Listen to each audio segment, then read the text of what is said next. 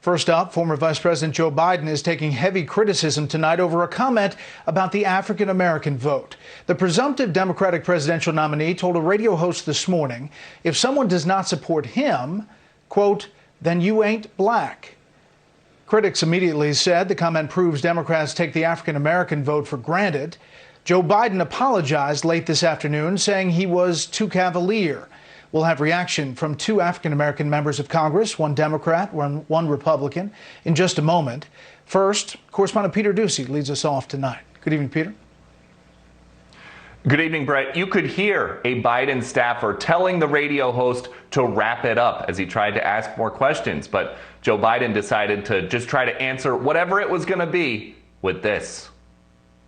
We got more questions. You got more questions, but I tell you, if you have a problem figuring out whether you're for me or Trump, and you ain't black. At first, a Biden aide said that was a joke, but hours after the interview aired, Biden walked it back, telling black business leaders, I shouldn't have been such a wise guy. I shouldn't have been so cavalier. And Biden argued this morning, the one with a gaffe problem is President Trump. The more he talks, the better off I am. This is already a cultural issue for Diddy, who tweets, Joe Biden, I already told you the hashtag black vote ain't free. And a campaign issue for Republican Michigan Senate hopeful John James. Vice President Biden, with all due respect, your latest comments are both pathetic and hurtful. The founder of Black Entertainment Television calls this, quote, the arrogant and out-of-touch attitude of a paternalistic white candidate who has the audacity to tell black people, the descendants of slaves, that they are not black unless they vote for him. The interviewer, Charlemagne the God, tells Mediaite, we have been loyal to Democrats for a long time. Black people have invested a lot into that party, and the return on investment has not been great. It don't have nothing to do with Trump. It has to do with the fact I want something for my community. I would love to see. Take a look at my record, man. Rivals did that this cycle. Cory Booker challenged his work on the 1994 crime bill. Mr. Vice President, there's a saying in my community, you're dipping into the Kool-Aid and you don't even know the flavor. And Kamala Harris challenged past work with segregationist senators. You also worked with them to oppose busing. Harris and Booker have now both endorsed Biden, and Harris is reportedly a possible running mate. No one's been vetted yet by the team. Only time will tell if Biden's new comment was as damaging as this one from Hillary Clinton. You could put half of Trump's supporters into what I call the basket of deplorables. Because in 2012, Biden helped Obama win despite this comment to a predominantly African-American audience about Mitt Romney and Paul Ryan. He's going to let the big banks once again write their own rules. Unchain Wall Street. They're going to put you all back in chains. 8 years later, Biden is still trying to relate with things like his pledge to decriminalize marijuana. I know a lot of weed smokers. Biden wouldn't be the presumptive Democratic nominee without strong African-American support. He hadn't come close to a win in primaries or caucuses in Iowa, New Hampshire, or Nevada before his big night in South Carolina that set him up for a strong Super Tuesday and helped him finally surpass Bernie Sanders. Brett? Peter, thanks. Let's get some balanced reaction to all of this, the Biden comment. Texas Democratic Congresswoman Jackson Lee joins us tonight. Congresswoman, thanks for being here. I want to get your reaction to that story, the comment today. What you think about it? Well, I'm going to take off my mask. I want everybody to know that we should be wearing masks, but I'm not near someone for 6 feet, so I'm going to go ahead and take it off. Good to be with you. The good news is I am delighted that the vice president was on The Breakfast Club. It is a dynamic show with a very provocative, questioning host. That was the right thing to do. Then as well, I think the right thing to do was to own up that it might not have been as funny as we might have thought originally, meaning the vice president, because it was done in jest, and to be able to match his record up against his opponent. Any day, I believe he'll come out with 100%. The vice president knows that he can't take any community for granted, and particularly the African-American community. I don't believe he in any way is insensitive to the needs of this community, particularly in what we're going through right now with COVID-19, the enormous amount of mortality rates in our community. So I believe he's answered over the last 24 hours that he's going to fight every single day to earn the vote of every single African-American of all generations, and that's the way a presidential candidate should put their candidacy forward. Yeah, Congresswoman, I'm sure you've seen some of the reaction that some folks didn't think it was a joke and took offense to it, including Bob Johnson, the founder of Black Entertainment Television, who was also a big finance person for Hillary Clinton, as you well know, said this: Vice President Biden's statement today represents the arrogant and out-of-touch attitude of a paternalistic white candidate who has the audacity to tell black people, the descendants of slaves, that they are not black unless they vote for him. This proves unequivocally that the Democratic nominee believes that black people owe him their vote without question, even though we as black people know it is exactly the opposite. He should spend the rest of his campaign apologizing to every black person he meets. Your reaction to Bob Johnson? Well, my reaction is that Bob Johnson is a friend. I appreciate and respect his analysis and also his contributions to the economic engine of wealth in this nation. And there have been many tweets and comments that have been said about this. But I maintain that the vice president is realistically aware that he has to work every single day to get every American's vote, and particularly in the African-American community. What I like about the vice president is I don't have to look for his record. His record is present. And he has already indicated that one of his chief responsibilities and concerns is to close the wealth gap between everyone else in the African-American community, to boost the educational opportunities and close that horrible gap, and to deal with health disparities, which reflects, again, in the mortality rates of COVID-19 and the number of people that are not tested and the number of communities without resources. So this is a great opportunity for the vice president to show his record and to contrast it with an individual, his opponent, that is called African countries S-hole countries, that have not hired African Americans. And finally, I would say that has made it a point of targeting with wrong words African American women. But Congresswoman, last thing, quickly, I mean, you would say to somebody in your district who's an African American, who perhaps enjoyed the historically low African American unemployment, the support for historically black colleges and universities, the prison reform and justice reform, and they said, you know what, I'm going to vote for Donald Trump. They are not less black tonight, right? I don't believe anyone who saw that exchange would in any way suggest that anyone is blacker, blackish, or less black.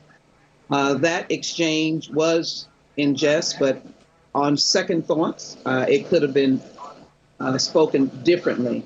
But I think African Americans are truly one of the most astute political groups in this nation, and they know what is best for them, their children, their families, their elders, and as it relates to the generational divide, if you will, or the unity of such, those who are millennials are clearly astute. And what I would say to you is that that was not what the vice president said in terms of those words. And if we had listened to the earlier conversation, we would know that the vice president wants to put his record forward. He knows that everyone has their own historical, moral standing on the color of their skin. But he also said he hopes that people don't have to just vote on the color of their skin. And he also believes in the history of our people. And I don't believe in any way that he undermined who we are and what we are. Look, I happen to be someone who has introduced the reparations legislation. Yeah, we really appreciate your time. Thank you very much. He did say what he said, and he apologized it, and we appreciate you coming on the show. You're welcome anytime. Congresswoman Sheila Jackson Lee. Now for the other side of the coin, South Carolina Republican Senator Tim Scott joins us. Senator Scott, your thoughts on this comment today? You just heard the Congresswoman's reaction. Well, I'm not going to whitewash his arrogant, insensitive, painful comment that he made. It tells me that he has taken the black vote for granted, and he will continue to do so. This is not the first time we've had rhetoric from the vice president that has been offensive. And factually, listening to my good friend, Congresswoman from Texas, here's what we should think about. It was Senator Kamala Harris that called attention to Vice President Biden's ignorance on the issue of school busing. It was Senator Cory Booker who called him onto the carpet for the crime bill. So his record has been called into question by his own party. The thing I hear right now from his party, however, crickets. It is quiet as a church mouse right now on the left. And I'm tired of hearing people put Democrats on a perch when it comes to offensive, racially offensive comments, and they hold Republicans to a very different standard. And at the same time, it's this administration that has made permanent the funding for historically black colleges and universities for the first time in America's history. It's this administration that has reversed the damages done by the 1994 crime bill with the First Step Act. It was President Trump that signed that legislation into law. It was President Trump and this administration that decided to work with me on opportunity zones to bring $75 billion from the private sector into the poorest communities in this nation, closing the wealth gap. So what I'm suggesting here is I would love the opportunity to put record versus record, because if we do that, African Americans will be voting independently, some for President Trump, some for Vice President Biden. Senator, to that point, Joe Biden did apologize in a phone call to the Black Chamber of Commerce this afternoon, saying he was too cavalier. He went on to, though, say, look, Donald Trump this is the same man who called Africa, S-hole countries, while also claiming there were fine people on both sides in Charlottesville as those racists came out of the fields carrying torches. He's lied about President Obama's birth certificate and failed to respond to their racial disparities in the present coronavirus, and has advanced policies that further threaten African-American communities. Leveled a lot of charges there in that call, but it is a call in which he apologized, and critics of the president say he really never apologizes. What do you say? Well, I'll say a couple of things. I'm not sure the definition of cavalier. It must be arrogant. The definition of cavalier today must include painful. The definition of cavalier and speaking in jest, I thought it meant like offhand, just a joke. But in fact, this has been a consistent language that he's used over decades, not just now. First thing. Second thing, when President Trump and I had a strong disagreement over Charlottesville, what did he do?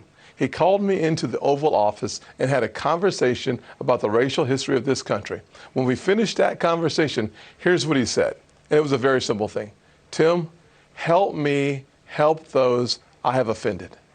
We worked together to create opportunity zone legislation, pass it in the tax bill, and because of that, 31 million Americans living in the most devastated parts of this country are going to be recipients of the $75 billion coming into their communities to bring more access to opportunity, hopefully better access to quality education, and certainly around the country, we're hearing more and more affordable housing. Affordable housing is the key to shrinking the wealth gap. So what President Trump has done is he sat down and had a conversation when there has been a challenge. Now, I had the opportunity to sit down with him because I was outspoken about his comments. What do I hear from my friends on the left? No one in leadership is speaking out against Vice President Biden. No one's calling his comments on the carpet. You cannot make progress. President Trump made progress because he was willing to have a conversation, a painful conversation, and we were able to find a path forward. But since then, not only do we have opportunity zones, but we have the historic funding of HBCUs. We've worked on sickle cell anemia together. We've worked on education together. So that's what happens when you have a constructive conversation. Whitewashing Vice President Biden's comments only means he will consistently disrespect the black vote. Well, Senator Scott, we appreciate your time. Thank you very much. Balanced discussion of these comments today.